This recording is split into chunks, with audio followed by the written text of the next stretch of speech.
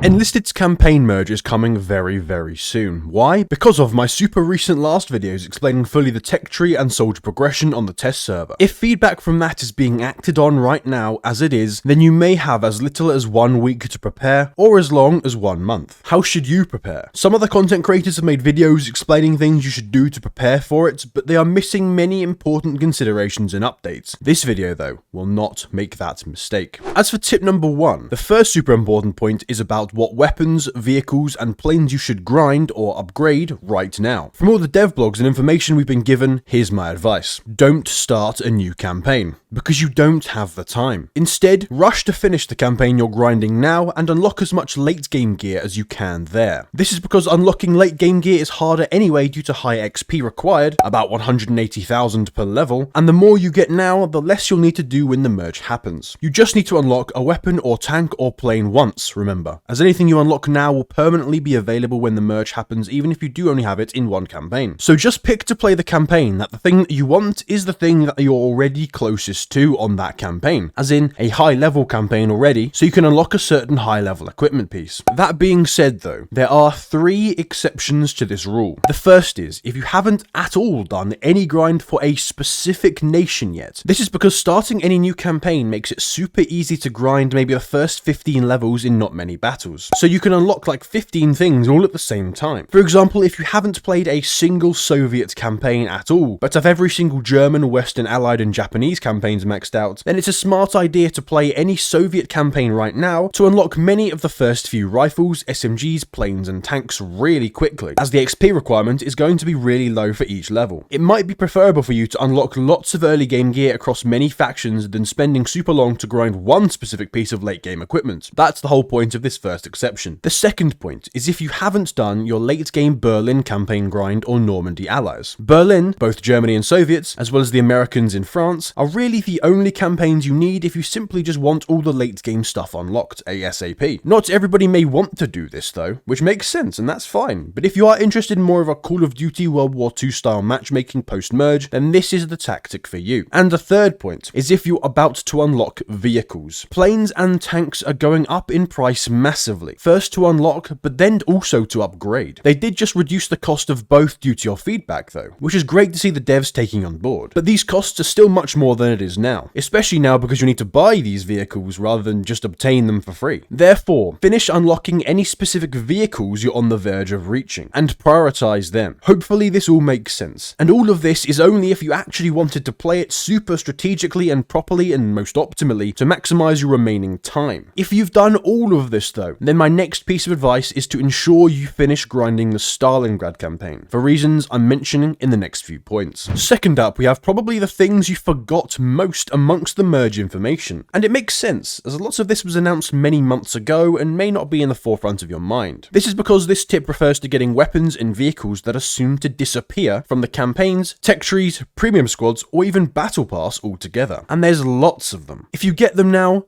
you'll keep them. But if you don't get them now, there's no telling when the developers might bring it back. Maybe they won't. To begin with, on screen now is a list of all the Battle Pass stuff being removed when the merge update happens. I won't just list everything, as you can check the description for this dev blog, I'll link it down below, so you can look at it better at your own time. But it does include some notable mentions, such as the Pedersen rifle, the only Battle Pass gun being removed amongst the soldiers and vehicles, and one that is a slight upgrade on the M1 Garand and Johnson rifles, as well as British pilot Gillian Gibson, who you may recognise as being lightly based on the distinguished wing commander Guy Gibson, leader of the Dam Busters 1943 raid, and the Soviet T-34E STZ L2 KSR-10 tank, because the T-34E STZ specifically is not going to be in the campaign tree for the Soviets, so this may be an important one for some of you to get for collectability and rarity. And also it looks really cool, it's just completely a blackout tank. So that was the first part of the disappearing equipment. The second part of this though is that all the equipment belonging solely to the Stalingrad campaign is being removed. It's actually not that many of them, but here they all are on screen now. We don't know if any of these are ever coming back, but once you have them, you keep them, just like the Battle Pass items earlier. You can get all of the guns, bar the Thompson box mag, for free to play players that didn't purchase the Stalingrad Phalanxes pack, which you sadly can't buy anymore, but none of the flame tanks. Make sure you get enough of these weapons to use how you want, but you do not need to panic upgrade them all, as remember, the squads are staying post-merge if you've unlocked them, so you can still grind up the squad upgrades to make upgrading the weapons cheaper. And upgrading is just cheaper anyway post-merge, so you can just wait to upgrade after the merge. My biggest piece of advice though, to all of you, is to get a ton of MP717s. That thing is so underrated, a very good and fun gun to use. Remember that the developers also said in the recent Q&A, I'll leave a link to that video in the top corner now, that they plan to introduce the Gaijin marketplace some point in the future, which will already be familiar to many War Thunder players. This might mean that you could trade these MP717s, what will be ultra rare weapons, in the future on that marketplace. Now before you run to now buy 100 of them, wait. We don't know this in particular will actually be able to be traded on there for sure, and we also don't know when that's even coming. It might not even be possible, but I just thought I'd point it out just in case that was a consideration at the back of your minds. Lastly, on screen now are the premium squads disappearing when the merge hits. Notable mentions here include both overpowered Tunisia flamethrower squads with 4 flame troopers each and an engineer, the awesome Moroccan squad, a Panzer IV-E with heat shells, a Soviet Lend-Lease M3 medium, the fully automatic AKT-40 squad, the MG45 machine gunner tank squad, the unique Volkssturm with awesome uniforms, the female Night Witches with a U2 bomber, and an Australian boomerang squad which comes with a special poster for you to use in game, if you care about all that stuff. As always, I'll leave the link down below to this exact dev blog so you can look at it yourself. But now that that's out of the way, what else is disappearing? Well, a few things here and there. For example, Assaulter 1s may struggle to exist post-merge, and they will be replaced in all campaigns by medics. We don't really know what is happening to these, but I would advise getting a number of Assaulter 1s now, just in case, if not only for the nostalgia. The OVP Italian SMG from Tunisia was also not present in the Axis tech tree on the test server, nor was the Browning M1918 machine gun, so these may be weapons that you want to get a few of very soon, just in case. And lastly, there's a good chance that British and Italian soldiers may not be obtainable soon due to the campaigns merging. We don't know this for sure though, as an official helper was seen passing feedback onto the devs about people's complaints regarding this on the forums. But to be on the safe side, if you do care enough about it, I would get a number of these of all different classes. Just remember, Italian and British soldiers only appear on certain class tiers, so check before you buy. Now that was a lot to mention, I know, but if there are any other notable mentions of things that are disappearing that I've missed out, comment down below so your fellow players can see it. For the next point, number 3, you might be remembering that some people may have told you to abuse the Pacific Phalanxis pack, if you bought it, to generate free silver currency when the merge happens. Well, they're not wrong, but they're not advising the optimal strategy. This is what they used to say, in case you still want to do it. Because you can obtain high tier soldiers specifically at already level 4 out of 5 in these campaigns, and each of them costs just 1 silver troop order now, you can spend one of these orders to buy a tier 3 or 4 soldier, and then instantly sell them for 18 bronze troop orders, like this Assaulter 3 here. If we check the announced conversion fees, 1 silver order is going to be 1,000 silver coins in the future, but 18 bronze trooper orders will become 1,800 silver coins after the merge. Basically, this means by just buying and selling, you've made 800 silver coins for completely free by arbitrage. Now this sounds great, but as we said, this is not optimal. Why? Because high tier silver troops are about to cost 11,500 silver. This therefore means that buying one high tier soldier is worth infinitely more to Stockpile for the merge now than for selling him now, due to massively increased costs of buying more soldiers after the merge. In short, buy these high tier soldiers, but not sell them. Save them for the merge, as they will be useful at high battle ratings. Remember that each tier of soldier is going to have its own specific battle rating, as an Assaulter 1, 2, 3, and 4 are all going to have different rating values. This is another reason why it's advised to save soldiers, especially the highest tier soldiers in their class, like Assaulter 3s and 4s, because they will cost the most and have the largest difference in cost now and the merge. And this is even if they don't have perfect perk points, as they just announced the return for selling soldiers is going massively up, so after the merge you can get perfectly rolled guys even easier than ever before. Tip number 4 builds on the last one but for different reasons. You could be stockpiling all sorts of free stuff now, not just the high tier soldiers we just mentioned. It speaks to the lack of information we have about how the new battle rating system for weapons and equipment, how it will work, and what each item's score will be. I reckon we'll hear news very soon, perhaps this coming week, but in the meantime, stockpiling certain equipments you might predict would either be in high, medium, or low battle rating should be done, if you already know that you want to play in either high, medium, or low battle rating matches. For example, it is clear, if you love your AVTs, your FG42s, your M2 carbines, your Tiger 2s, your IS2s on P47 planes, that they will all be in the highest battle rating games only, and your bolt action rifles meanwhile will be in the lowest battle rating games. Any battle rating between these two extremes becomes very hard to know what weapon and vehicle will level suits with which specific battle rating matches. For this reason, the recommendation is to stock up more weapons and soldiers of all varieties that would suit just both the highest and the lowest battle ratings now, as you can predict what will be in it. But wait until we know more information before you buy anything you might think would be in a middle battle rating, as we really don't know what's going to be matched with what just now. Remember, they said that the tech tree tiers do not correspond to battle rating, and also remember that every little thing will have its own rating, from weapons to soldiers and different tiers of soldiers, as we mentioned earlier, but also equipment like different types of grenades. Therefore, serious advice for me is to avoid selling any troop, gun, equipment, piece, whatever. Basically, spend your silver orders, both silver troop orders and silver weapon orders, on anything you will want to use in the future now, especially high tier weapons and soldiers, as they are going up in price the most. Save your bronze orders though, and don't upgrade anything, as they will be worth more after the merge because the price of upgrading soldiers and weapons is going massively down. And upgrading is literally what bronze orders are used for. Got it? Good. I know it's confusing, but rewind as much as you need. One sneaky little additional stockpiling tip though is to buy any pistols in the Stalingrad, German or Soviet, or Pacific, American or Japanese campaigns if you're going to stock up on those as well, because they cost just 1 silver order in comparison to other campaigns where they cost more. And last but not least, the last tip talks about arguably the most important point on the whole list. Your enlisted battles are about to get so much better. Every game post-merge will be 10v10, all of them. And what will come with these constantly full games? A new gameplay meta. The traditional way you play the game will have to change if you want to win games, and hence grind any tech tree quickly. You will soon realize, if you don't already, that the winning team will play based around rally points. But I do not mean your own team's rallies, no. I mean how many the enemy has. Your number one job to carry your team in future will become hunting and destroying the enemy team's rally points, as that is the only reliable way you can capture and defend objectives due to the opposing team having them to spawn far away from them. It's a rally point game. In theory, it could be 4D chess. And if you need an idea of how to do this, what rallies are, where they're built, or where to learn from, we already run the biggest enlisted stream community over here on Twitch, where you can play in these battles yourself with me or watch them, or the plenty of videos I've made in this channel teaching you how to improve, and subscribe so you don't miss future ones. The point is, you need to learn and practice this skill now, as it's the only way to get better. Mark my words, this is the future of the game. Don't be left behind. And I won't lie, these changes will make your enlisted battles so much more fun. And if you don't believe me, watch this game and how intense and close it was. It went right down to the wire. Remember, every tip in this video needs to be done ASAP as the merge is very, very soon. But as always, special thanks to all my YouTube channel members and patrons, including Vertix, EcoloQE, KitsuneLord91, Narflex, and Papaya.